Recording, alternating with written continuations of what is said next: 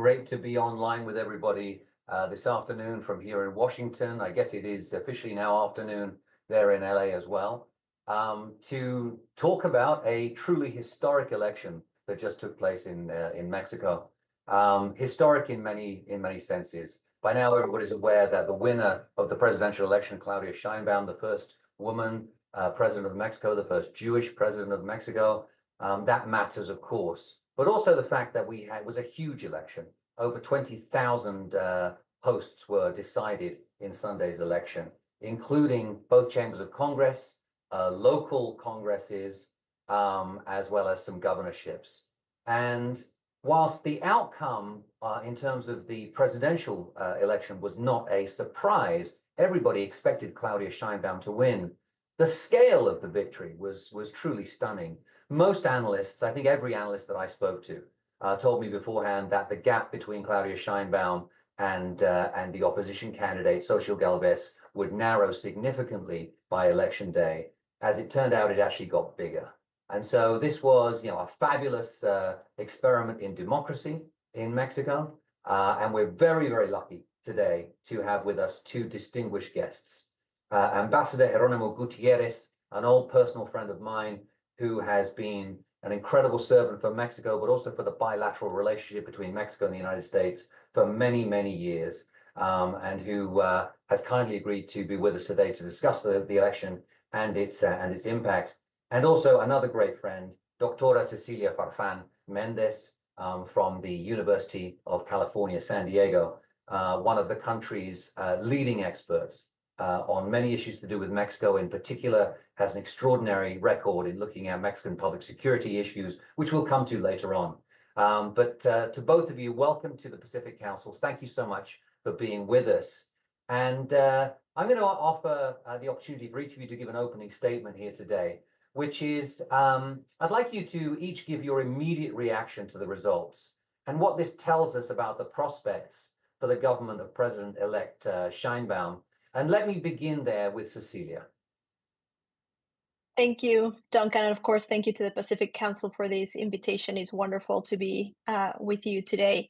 So as you were pointing out in your introduction, Claudia will start with a very strong mandate for her government, right? And the scale of the victory precisely that she has in Congress, but also other governorships, including also, of course, maintaining Mexico City, means that she has a lot of room to maneuver in the way that she deems. And I would like to share a couple of data points with you. I'm a political scientist. I cannot help myself. So what's interesting about this is that in 2018, unlike what was happening with other countries in Latin America, Mexico's satisfaction with democracy actually increased. So we know that López Obrador's victory then actually meant that Mexico bucked a trend that was happening for the rest of the region in terms of how people felt about democracy. And in 2021, when we conducted this survey on the perception of quality of Mexican democracy, we found actually that 74% of those people who identify with Morena as a political party felt that Mexico was a democracy, right? So for them, this is very much a celebration of Mexican democracy functioning well. And the other thing that we found, and I'll stop there for this first round, is that we also found that 63%, again, of those who identify with Morena as a political party were very satisfied with the way that Mexican democracy was functioning. We have collected data for this year. We're still processing it, but I would suspect that these numbers are actually, even if not the same, probably higher. And so definitely for those who identify with Morena, this is cause for celebration. Not so much for those in the opposition, but certainly those who support the incumbent party. Thank you, Cecilia. It's a great point. And, Mexico files who have followed the country for many years are aware that those levels of happiness with democracy had been low for so long. To what degree is it the case that this is just because you had so many people get the candidate that they wanted ultimately to win? And this was the case with López Obrador, right? Which was immediately 53% of the people voted for him. So automatically those numbers go up. And I think with Claudia, I think you're likely to see something very, very similar. When President Sheinbaum comes in, people will say, this is the person that we voted for. So we got what we wanted from democracy. So maybe it's less about democracy is more about I got what I wanted. What do you think? Yes, I mean, I would suspect it's very much personalized, right, and less around functioning of other institutions that are crucial for democracy. And I'm happy to discuss that later on. But yes, I think it has more to do with the individual rather than other institutions that are essential for how democracy works, not only in Mexico, but other countries. Absolutely. Thanks, Cecilia. Ambassador, over to you. Your initial take. Thank you first to the Pacific Council for the invitation to be with you this afternoon. Thank you, Duncan, also for the invitation. Congratulations on your new responsibility at the council. Council members are quite lucky to have you there. And I don't say this out of diplomacy. It's something that I believe. I've seen you work, and I think you'll bring great value to the council. So for my comments, first, Morena very clearly wins by its landslide Sunday. Sheinbaum takes 60% of the vote compared to 28% of Xochitl Galvez and 10% of Jorge Alvarez. Morena also reaches comfortable constitutional majorities in the lower chamber or the lower house, and most likely in the Senate, although that is still in question. It also takes 7 out of the 9 governorships at stake. Even though everybody was expecting Morena and Claudia Sheinbaum to win, not by this magnitude, as you rightly pointed. The opposition has announced that it will challenge these results in some ways. I think that is largely for testimonial purposes as a result of what very much looks like inequality in the context. But also, I think trying to avoid Morena's constitutional majority in the Senate, where that at least seems possible. And there's now a vivid debate, legal and political, about the overrepresentation that Morena and the government or electoral authorities seem to be assigning to Morena and its satellite parties. And that is something quite important. I share Cecilia's comment that Sheinbaum obtains a very clear mandate, enjoys sufficient support and legal and political conditions to legislate freely and to implement public policies quite freely. The largeness of her triumph, I think, gives credit to the assumption that she will act, or she would be able to act with greater freedom in the face of the inheritance and the influence of AMLO. And I think that's important if she decides to. And I think in short, I think we will soon know who Sheinbaum is and her vision for the country. We just don't know enough about at this stage. Despite this wide political and legal margin, the main limits, I think, to Sheinbaum administration will come in the future from 4 factors. One, markets in the context of an inherently open economy to capital and trade. 2, a sudden and sharp deterioration of security conditions and an even greater advance of organized crime to such a way or speed that forces her and her administration to reach broader consensus with the rest of the political forces. 3, the very clear fiscal restrictions that have been inherited by her from the current administration that are quite acute, and that is people are beginning to gain consciousness about that. And 4, the exterior, and mainly the United States. So yes, big margin, yes, big mandate, some restrictions there. And I think that the next few weeks and months are going to be critical to see who she really is and what is her vision for the country. People have been asking that for the last year, and I don't think anybody except the ones very close to her know. Thank you, Ambassador. No, it's funny. We've all been speculating for a long time right now about who is Claudia Sheinbaum, and yeah, we have her biographical details. We have anecdotes. We have reports from people who have met with her, etc. But now, as you say, we're actually going to find out who the real next president of Mexico is. One thing I'd like to note is that the 4 factors limiting President-elect Sheinbaum. Markets, public security, the fiscal situation, the US. These were all things that were actually said at the beginning of the AMLO administration as well, 6 years ago. And he seemed to navigate that quite expertly. Not that he solved the problems, but that in terms of his own legitimacy. He was able to navigate that. Do you think she has the same skill set to be able to do that? I don't think she has the same skill set. I think she's disciplined. From what is commented is that she's very methodical and disciplined, which is always good in public administration, irrespective of anything else. I just think that those four conditions are just not the same as 6 years ago. They have deteriorated. And I'll give you an example. AMLO started essentially with a balanced budget. And this year we're at a 6 percentage points of GDP deficit, which is a lot, and with a trajectory that it's not easily solvable. So, President López Obrador undoubtedly is a great communicator, has been I would say the best politician, I emphasize politician in Mexico in the last 100 years. And that's not easily replicated. But you have a different set of let's call personal traits. And I think that a much more difficult, objectively difficult scenario in terms of these variables that I have referred to. Thank you, Geronimo. Cecilia, back over to you. The ambassador mentioned in his comments about the fact that he's seeing this challenge from the opposition to the final numbers. We've got to see how the electoral authority actually ends up in terms of the final results. But the question I have for you is, on the political balance, or rather lack thereof, in Mexico at this point in time, because it was such a dominant victory. It's kind of unique circumstances, at least in the democratic era. First of all, what happened to the opposition in the election? And are we back in the territory of single party rule in Mexico? I was talking with a friend of mine there over the weekend, and she is sort of saying, wow, I haven't seen this in my lifetime. And I said, well, you get to relive the experience of your grandparents and your parents. This is in some ways, is this a time machine, or is it something different? Are we going to see something entirely new?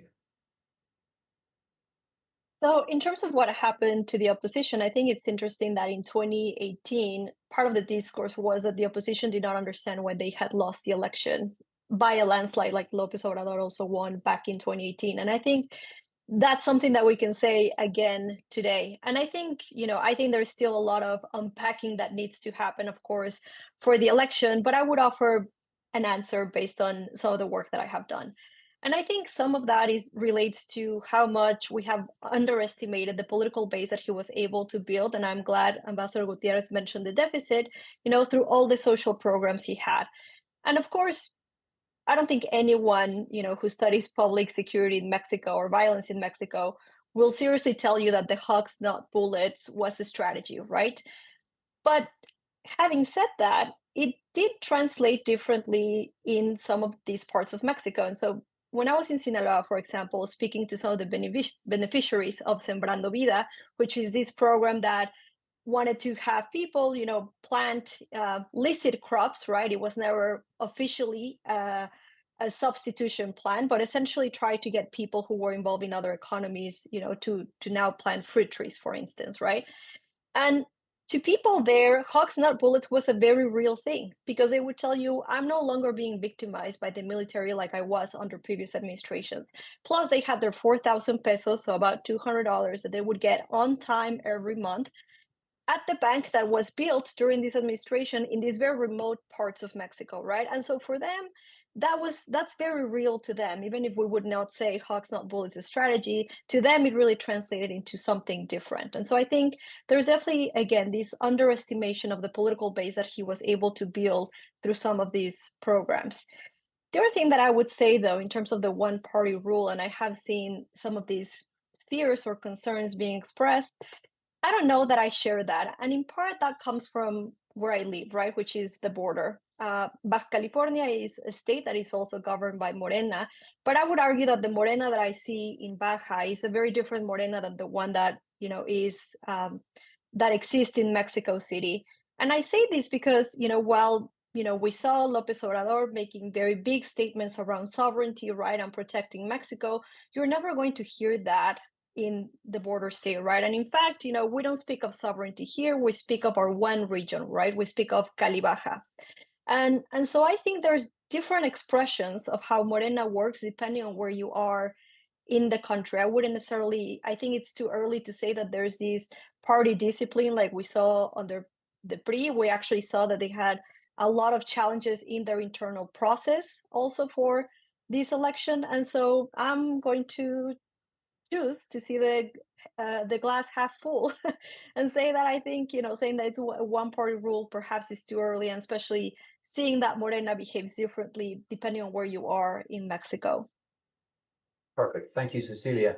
Ambassador Gutierrez, let's build on this issue. What do you see happening in terms of control of the Congress? I know we're waiting for the final numbers to come in, but given the dominance of the ruling coalition there, how is that going to impact first of all, the political agenda between now and October, when President Sheinbaum will take office? Yeah, Duncan, as I mentioned, much remains to be seen in the coming weeks and months to determine with reasonable certainty what is Sheinbaum's real government program and what does she want to implement. But I think it's important, as you rightly point, to keep an eye on some developments that could shed light on this question. And the first one is precisely as you say, the lame duck session in Congress that will start in September for 1 month before she takes her presidential oath, but with the current administration still in place and with a new composition. And if the intention is to push forward, I guess that if we see that an intention to put all pending constitutional reforms, but especially the judiciary, the electoral, regarding autonomous agency, whether it's antitrust or telecom or electoral bodies and the National Guard, in a way that we've seen before, I think it's in general a bad omen. And as I mentioned, I think the Senate is still pending on final numbers, and the House. I mean, I'm sure we'll see the numbers move, but it'll be regardless of that, it'll be close, and most likely they will have the constitutional majority as things stand now, or close enough to obtain the support. And I think that's sort of exhibit A in terms of what they intend to do. I think the other three, very briefly, are the budget for 2025, that when there's a change in administration, that goes until November and not in September, but we will begin to see light on the budget, and also how they approach it is going to be very very critical. I think the other one is during the summer, we'll most likely, or at least it's possible, that we will have further electricity shutdowns throughout the country, based upon what experts say. And how does she react or position itself on that will be a signal, in my view, about how she will approach overall the energy sector, which is key. And finally, people don't put too much attention into this, but by May of next year, the government will have to present its national development plan, right?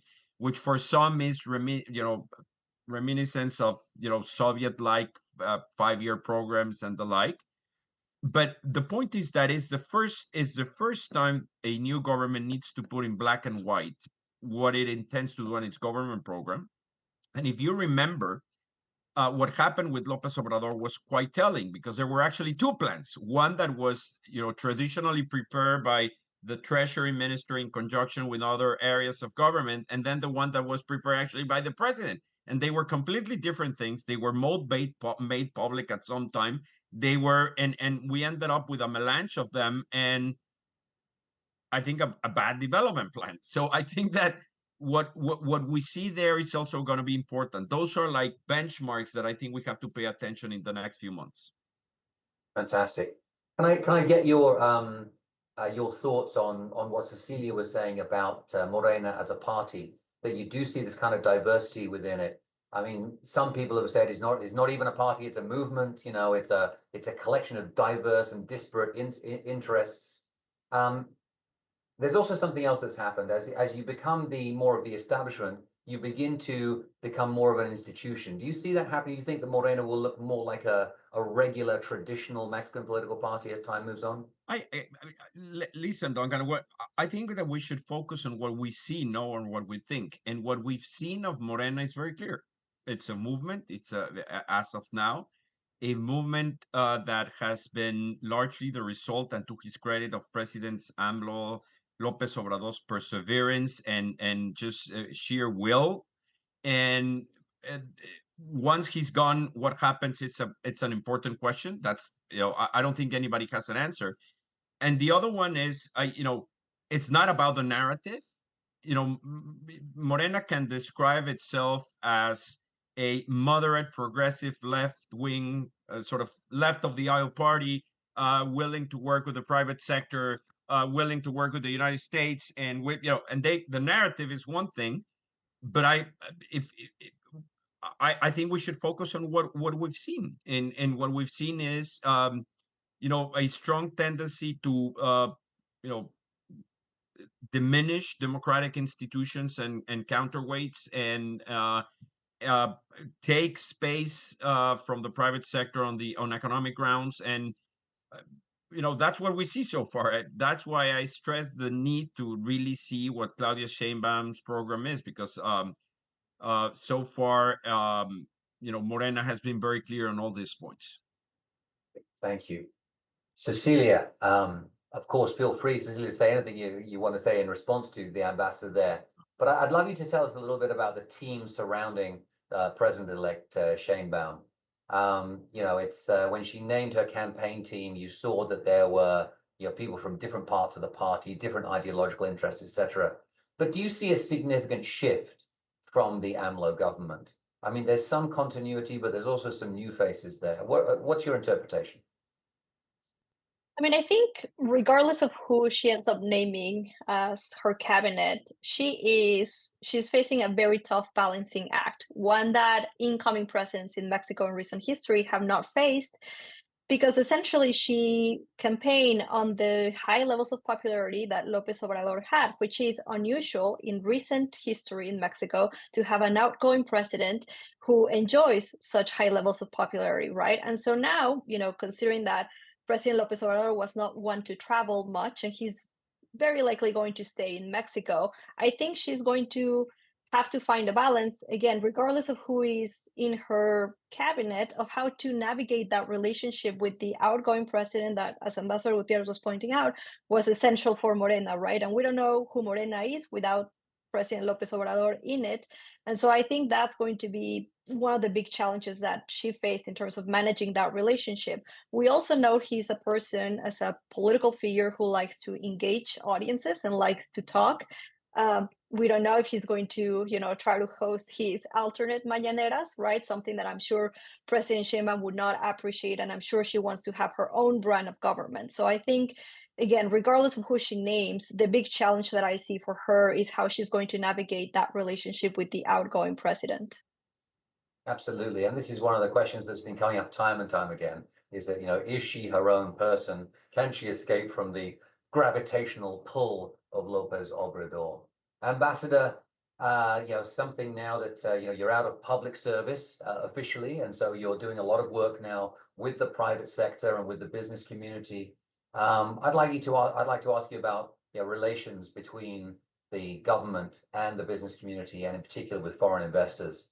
Since Sunday's election, we've seen a precipitous slide in the peso. But do you think that President Sheinbaum will restore positive relations with investors, both foreign and domestic? I know that a lot of people are hoping that that's the case, that the door will be open for business once again in Mexico. I think you're right, Duncan. The markets received negatively the new political reality in Mexico. If not the triumph of Sheinbaum herself, I don't think per se. I don't think it's about her. I think it's more the new reality, overall, sort of governance reality. The peso suffered, as you rightly point out, the depreciation of around 4 or 5% on Monday, a little bit more yesterday. It has recovered today, and the exchange rate, the stock exchange also took quite a hit. although I think these facts should not be overstated, they do represent an alert. My view is that it comes at a timely moment. It is not a coincidence that yesterday both the president and Sheinbaum were obligated to highlight that the current Secretary of Treasury, Ramirez de la O, is staying on at least until the end of the year or indefinitely, and that Sheinbaum had to emphasize the search for a constructive that she searches a constructive relationship with the U.S. And I think that's positive. I think President López Obrador and Morena, if not out of conviction, out of pragmatism, understood two central economic realities of Mexico. One, the trade relation with the United States, and two, overall healthy public finances. And he understood that these were critical for economic development and for administration. He tiptoed around trade and investment disputes with the U.S., stretching consultations and negotiation, and falling short of outright confrontation. I think he also tactically managed to have healthy finances to some extent, and I emphasize to some extent, because what we're seeing is that the trend line does not look good, and I think also there's increased awareness that this so-called near shoring phenomenon represents an opportunity, but that in order to capitalize that, you need to do two things. One is to address the bottlenecks, electricity, trade, security, infrastructure in general, overall business climate, to really take advantage, and that you have to keep the relationship with the U.S. reasonably on track. In short, I think the next administration needs to convince the private sector that they have a good plan to address these points and to improve the overall business climate. And again, they have not done so, I think. And we can certainly, and must certainly, give them the benefit of the doubt. I'm not a doomsayer per se. I think that if they are able to recognize the challenges in a way that people perceive that they're really aware of them and not trying to hide them, and are within their political philosophy willing to address them, I think will be okay. And actually quite, there might be very good conditions, but that is still very much, the jury is still out on those things. Thank you very much. Cecilia, I'd like to sort of move things very firmly into your wheelhouse, the area where you spend a lot of your time doing research, and that is on public security. We saw during the election campaign that there was a very serious problem with political violence, attacks against candidates. We had a record number of candidates seeking federal protection during the election campaign. And the first question is, do you think that democracy is being seriously compromised by this violence? Obviously, it's a challenge to democracy and democratic practice, but do you see it as being a serious factor that's undermining it? And then looking ahead, and to build on what Ambassador Gutierrez has said, we do have some evidence. There's the campaign proposals from President-elect Sheinbaum on public security. How do you evaluate those proposals? Do you think that they will be effective?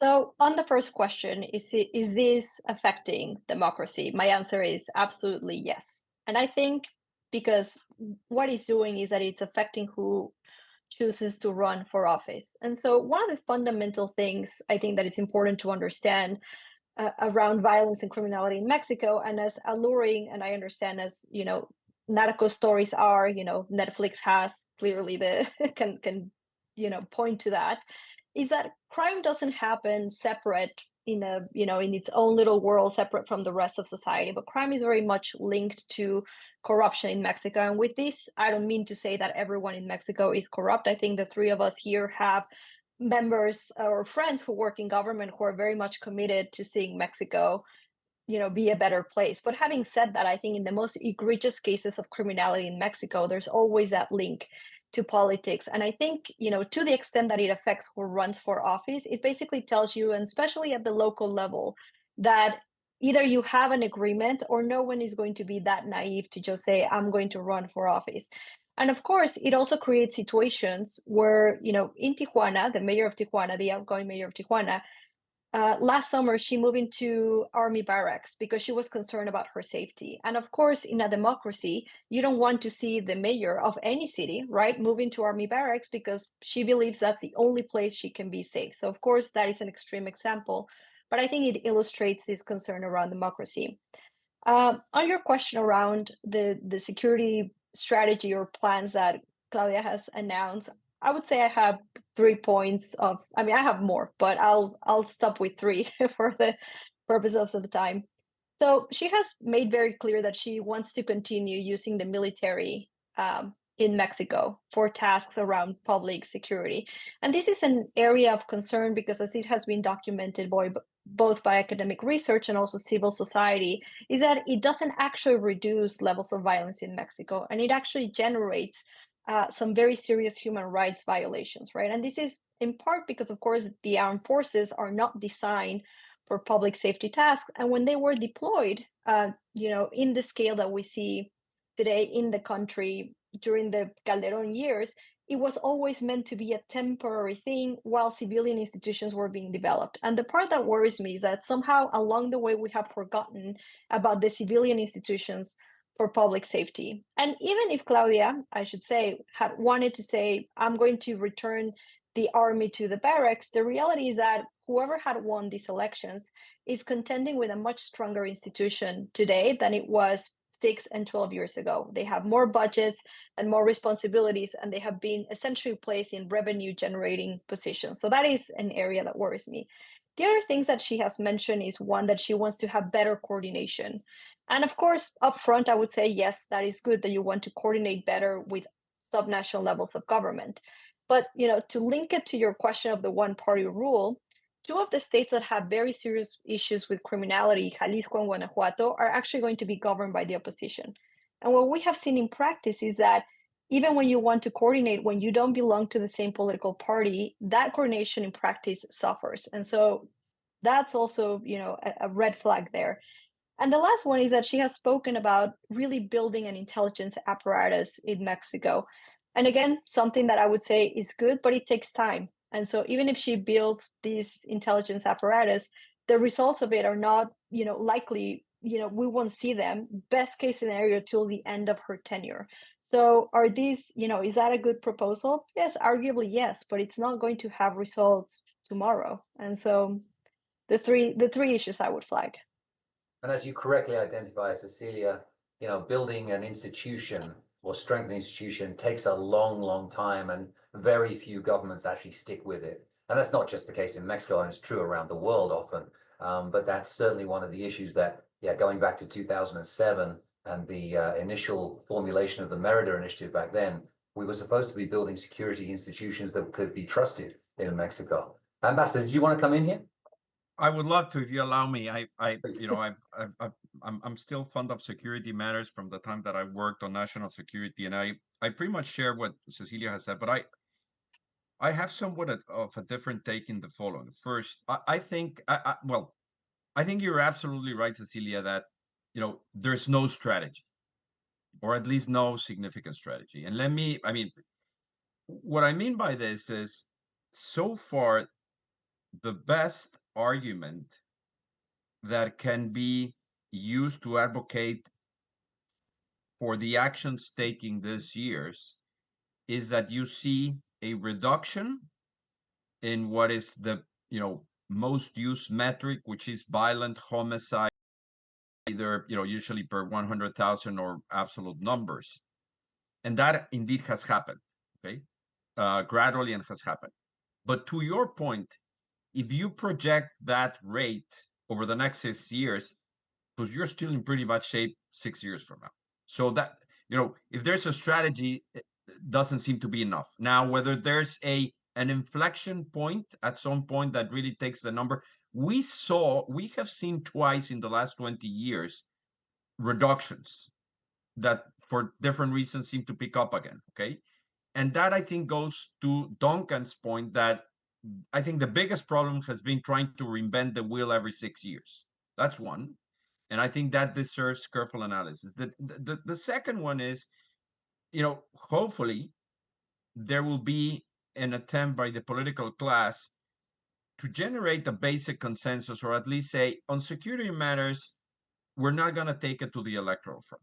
And that may be just wishful thinking on my part, but I think that when when the security policy is used as part of the political scrimmage, the actual results always suffer because governments tend to be much more careful. They tend to be, and I think that, hopefully there's an attempt to try to say, let's keep this one out of the political fight. And I think that will be critical.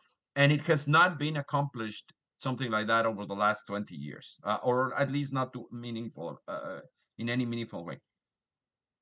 The point that you made about intelligence is true, but I think that people are in love with saying, because it sounds sophisticated and something. It's a sorry for being a bit too cynic. Oh no, we need better intelligence, and we're really gonna do about intelligence and prevention.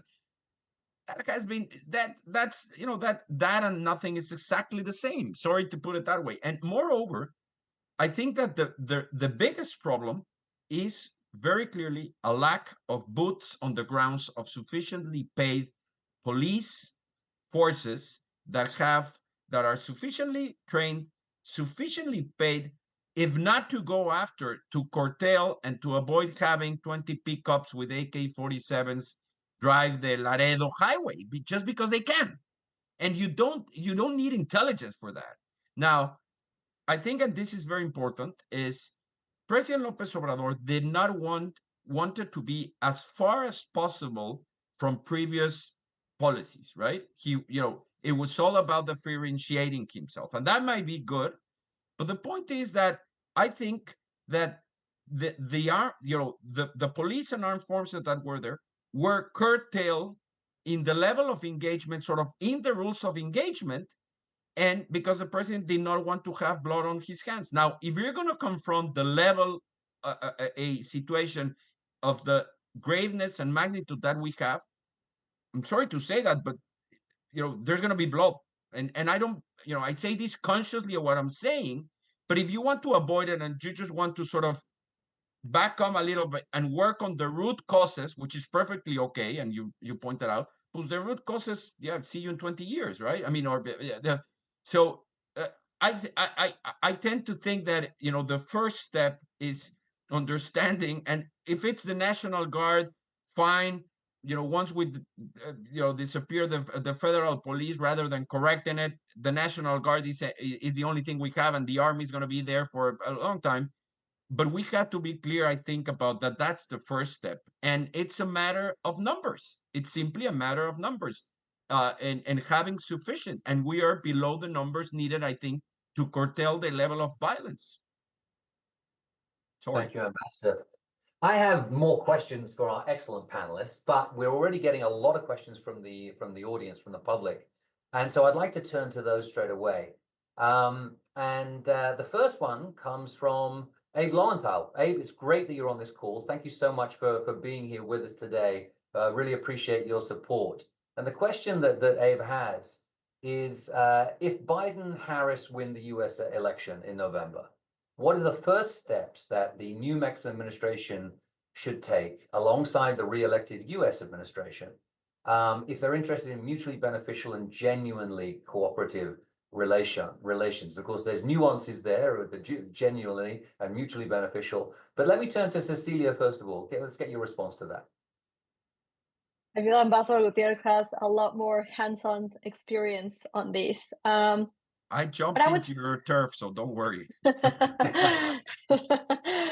I would say, I think if something we learned during the Trump years is that narrative matters a lot, right? And I think definitely, Morena and Claudia have also spoken about not having a subordinate relationship with the US. And so I think a lot of how the discourse around Mexico is framed is going to be crucial for having that cooperation. And I think there's two parts to this. I think hearings like the ones that the DA has had in Congress in the US chastising Mexico for being a terrible partner when it comes to security are very counterproductive. I absolutely believe that in matters of security, Mexico is a kind of partner that would cut its nose to spite its face, and especially when it comes to the US. And so I don't think that those public, punishment, exactly, of Mexico are going to get you anywhere. I think there's space to maneuver as long as the language is one of partnership, is not one of the problems south of the border. And the other thing is that it happens behind closed doors. I think a lot of assistance, for instance, or a lot of help or advancement happen on the forensic capacity development in Mexico in this last administration. But part of that success is that it was not very public and it was not very well known, right? And I think when it comes especially to areas where the US and Mexico have a lot of friction, I think it will serve the US best if this is not necessarily seen on the Mexican side. And so I expect definitely, or I would recommend the US government to really calibrate the narrative that it uses, but also who they give space to speak about Mexico in places like Congress. Great. Thank you, Cecilia. Ambassador. You're muted, Ambassador. The first thing that I would say, I would recommend is, not to assume in any way that we're going to be better off with a Biden reelection of Trump 2.0. And that there is not a single shred of evidence, in my view, that the relationship is significantly easier or more difficult when a Democrat or Republican administration is in place. I think it does not, depend that much on parties, and the issues are pretty much structural. And the narrative, to Cecilia's point, might be a little bit different, but I think I wouldn't bet on having an easier ride with one party or one party president versus the other. And I think that's the first point. Now, the one thing I think that three very specific things is every 12 years we happen to have coinciding elections, right? There's a few months difference by the time Sheinbaum will be in office by October the 1st, and the U.S. president in early next year. That in the past has provided an opportunity to go a little bit bolder on achieving the results in the election, if on the relationship, if not because of anything else, because it gives you at least a 4-year period to plan, right? And that's something important when designing and executing sort of foreign policy in the bilateral relationship. So that's one. The second that I would say I would do is I would propose creating the North American Customs Agency. I think that is absolutely a good step to do, and I'll explain why. The single largest, for two reasons. First, the biggest irritants in the relationship, both for Mexico and the US, respectively, are a problem of customs, procedures, management, and infrastructure, fentanyl and weapons. And we've managed in the past to build institutions boldly, have worked very efficiently. One of them being, for example, the IBWC, the International Boundary and Water Commission.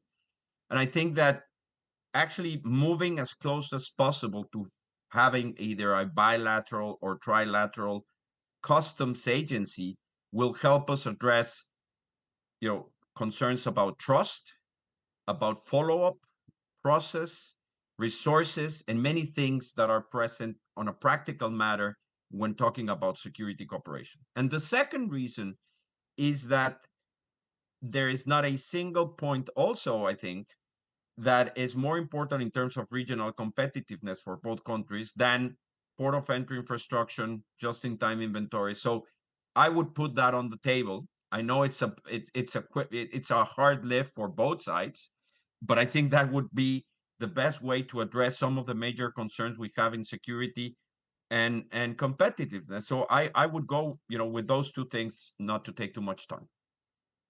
Thank you, Ambassador. And often those more technical issues are less political for many reasons, and you're able to make more rapid progress. The next question comes from one of the co-chairs of the board of the Pacific Council, Rob Lovelace. Thank you all. It's a great panel, he writes. but he has a question about the winners and losers after the election or under the new presidency and Congress. And he specifically mentions airport operators, folks in the oil sector, the maquilas, banks, etc. So let me put that question first of all to you, Cecilia, winners and losers. So I should say that the illicit economy is not really my area. I'm more into, the illicit goods that move between the US and Mexico. And so, I'm sure Ambassador Gutierrez has more on these, but I would say that, right now, with the question around nearshoring in Mexico and de-risking the relationship that the US has with China, there's potential for there to be more winners. But as Ambassador Gutierrez was pointing out, there's a lot that Mexico needs to do to get its house in order to attract these investment. And so what I would say is that Claudia starts her tenure at a very interesting time where the US is trying to find different alternatives because of its issues with China. But this is not just going to happen because Mexico is, south of the border to the US. And so I think, again, not studying these economies, certainly, an interesting time for the private sector that is thinking of investing in Mexico. Thank you, Steve. We've got another question about China coming up later on, but Ambassador Gutierrez. Sure, I'll try to be specific. Energy, it can get much worse, I think, for private sector sort of companies. I would say two things. First, on the power sector, I think that again, either by analysis or by the sheer force of reality, I don't think there's a way that the level of investments that are needed on the power sector can come just from private money, from public money, budget money from the next administration. My sense is that the next government will try to rebrand the, whatever has taken place of private, public-private schemes there, and rebrand them politically, and hopefully open more space for the private sector in the power industry. Apparently, and they have said that Sheinbaum has mentioned that she intends to maintain the 55-45 sort of generation whatever quota, 55 by the public sector, 45 by the private. The point is that the private sector can probably invest much more quicker and better than the public sector. So if that is a hard constraint, we're going to be in trouble. And if that is something that they've mentioned, they're willing to sort of allow further sector participation on the power sector, assuming that the type of contracts are not the contratos leoninos that are have been heavily criticized. And I think hopefully that's what we're going to see on the hydrocarbons.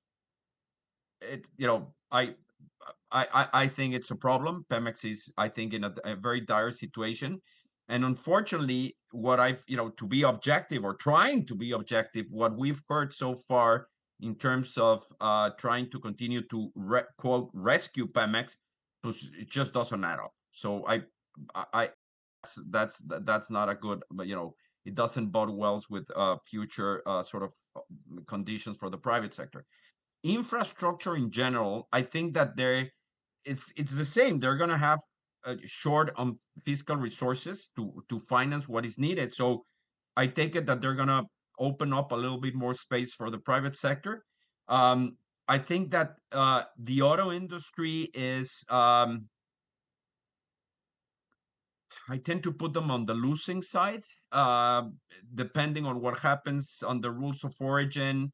But I think that, the government and the next administration understands the importance of the auto industry and auto part industry on the overall manufacturing capacity of Mexico. I just see them, they're not all that conscious about the margins, how tight are, and unless their overall conditions to continue, whether labor and regulatory improve, I think that the auto sector is going to be increasingly under the pinch. And I would bet on some specific sectors which depend on dollar denominated sales. I think that those are going to be winners. Thank you, Ambassador. I've got a couple of questions here for you, Cecilia, which actually go back to the campaign. First question is from Alejandro Pescador. He says that Raudel Avila, a political commentator in Mexico, explains that Morena had great success at the elections because of its political activism and how intensive it was, and also very well structured across Mexico. The opposition parties have had some wins where they have also got good political structures for activism. Any comments about that? And then a follow-up question, which comes from Madeline Blidaru, which is, given these developments, are there significant risks to the stability of the regime as we move forward? You want to go ahead, Cecilia?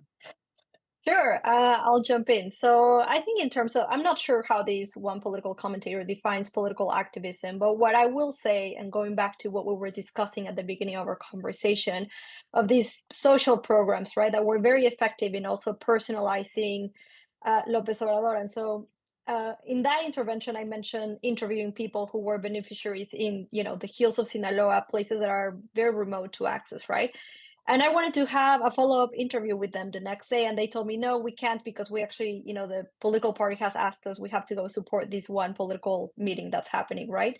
And so that tells you that, of course, there is, in the very old Mexican politics style of, I'll give you something, but the expectation is that, you're also going to come and support this. And so I think if we interpret this, that social policy as also requiring people to come and support, and we did hear during the campaign, right, social programs are going to disappear if you vote for the opposition, right? And if you are someone, again, who's a beneficiary of these programs, you probably don't want to lose however much you're getting every month, right? And so I think certainly there is something to be said around that. I would also say that in the survey that I also referenced earlier, we found that 60% of Mexicans believe that Mexico's president cares for the welfare of all Mexicans. And this is an exceptionally high number. People don't tend to think the president cares for the welfare of all Mexicans. But again, we found that, through his messaging, through his mañaneras, he was very effective in creating this sense that, he cared and that, he was out there. And so I can imagine building and campaigning on the, we care about you messaging. In terms of the stability of the regime, I would say, and this is interesting, right? Because ultimately, we have these concerns about what's happening in Congress, right? And I think these are very real.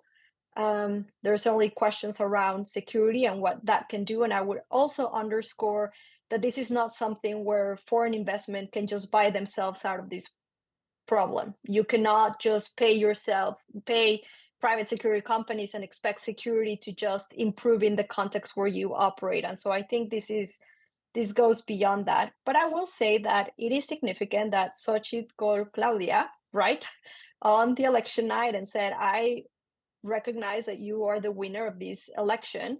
And, which is something that, as I think January 6th in the US showed us, we should not take for granted, right? And so, again, understanding all the concerns that we have given this very strong mandate that Claudia comes into power with, at the same time, some other elements would not, I wouldn't question the stability per se. I would certainly question how will they behave in relation to some democratic institutions. But at the end of the day, we're seeing this peaceful transition of power, which is something that you want to see in democracies. Beautiful. Thank you, Cecilia. We've got two questions to fit in before the end, so I'm going to put them to you both. The first one is actually for Ambassador Gutierrez, which goes back to the question of the fiscal deficit. There's a question from Jeremy Martin, our friend at the Institute of the Americas. Given the fact that Finance Minister Ramirez de la O will continue for the foreseeable future, how does the new government square the fiscal circle? They have such a difficult position. The cupboards are bare essentially in terms of what they can spend. Are we going to revisit some of the ideas about putting value-added tax on food and medicine? You can't see that from a potential Sheinbaum administration. But that may be the only way to bring in significant new sources of revenue.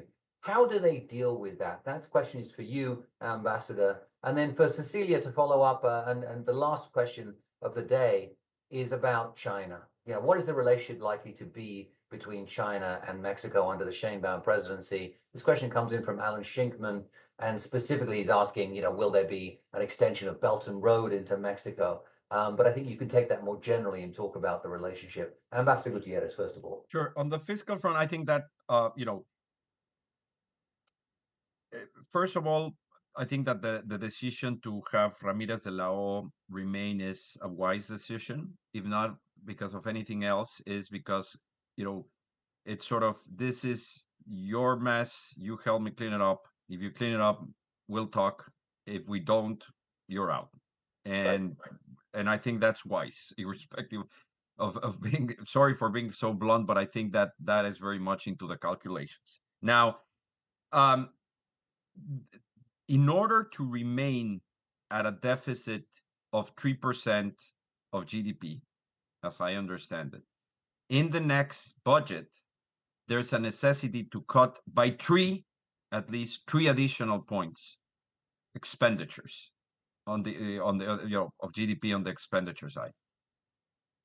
Based upon my experience, having a new administration come in with a trim of 3% of GDP in its first budget is hugely complicated. Sheinbaum has mentioned that she does not intend to raise taxes, but if she will, it would be out of consensus, which is also a smart thing to say. And I don't think that the options are there are not many options. And one of the problems is that current expenditures over the last years have been financed with one-off sales of assets from the government, or taking sort of rainy day funds that were there, and therefore you inherently have a problem. So I don't see we'll see obviously anything on the value-added tax. I think that the problem and the risk is that if there's going to be discussions about taxes, it's more, I think, on the corporate, or high-income individuals. I think that they're going to try to close more loopholes. The problem is that, we have been doing that for the last 10 years. In any case, they're not, to my knowledge, there are not that many loopholes anymore. There has been discussion about the property tax, relying more on the property tax, which is really a local tax. That, it's there and it's true, but it's not more than 1% of GDP. And what I'm afraid of that could happen, to be, trying to be objective again, is that there's going to be a tendency to try to continue to, just go after money everywhere, from concessions. Or they're going to try, on everything that user charges that are there, or assets, because they don't want to raise taxes, because it's not good, obviously, to start raising taxes. So I do think that that is going to be a very big problem. Thank you, Ambassador. Cecilia, Sam is telling me that we're almost out of time, but I want to come to you on this China question. This is a question that gets asked a lot here in Washington as well. Sure. So very quickly on that, I would say that, if you come to Baja, for instance, you will find a lot of Chinese companies renting, offices and warehouses because they take advantage of the USMCA. Having said that, I would say that there seems to be an understanding from Mexico that some type of engagement with China is a red line. And I'll give you an example. Mexico was thinking of buying non-intrusive technology for border security from China. And there was a lot of pressure from the US government not to do that. Eventually, Mexico ended up not buying it from China, even though it was cheaper, and decided to purchase the US equipment, which tells you, again, this understanding that there are some red lines.